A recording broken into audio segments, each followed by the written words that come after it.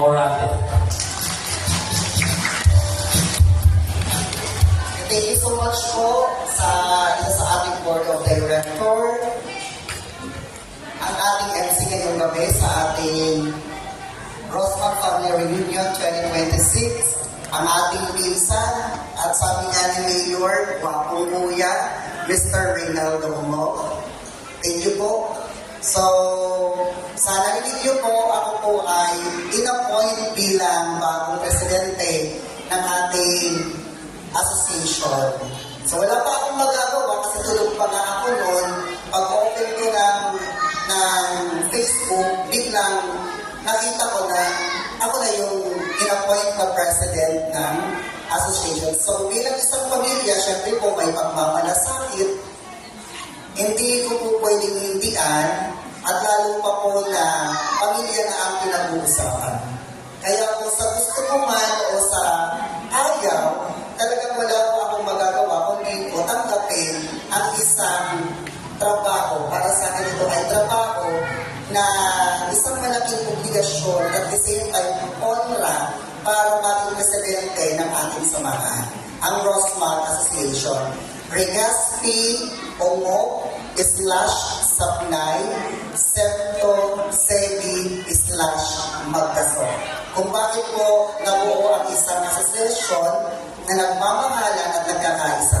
Sa nakikita niyo po sa ating tarpaulin, ang ating pong team ay Rosmar, usad na pamilyang bugkos asin maugma. Gusto ko pong i-articulate or bigyan niyo po ng pansin at focus yung word na usad na pamilyang bugkos asin maugma. Bicol po ang nandaling intindihan. Pag sinabi ka pong bugkos, ano po ninyo naiisip? Sikid. Asikid po baga, pag pinugkos, ano nangyayari po sa tulada pidaso? Naupusan. Kung usap sa lang sikid, kung usap sa lang pidaso, biyoy, makasisikid raw po diba? Pero kung dahon na pidasong biyoy, ibubugkos ta, maksugpuahan. Parang di mapuahan kung ading regaspi, ading umo /Sapnay, septo segi /Magdaso, mikaburugkos lang kusugtang pamilya. Kaya nga nimo bukosan na imposible at nating posible na sunag-elect na mayor kaning libon is from our family at kita bugkos kita nagkakausan.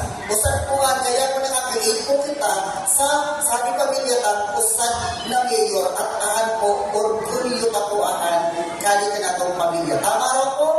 Ma! Kung tama po, palakpak daw po kami. Yan.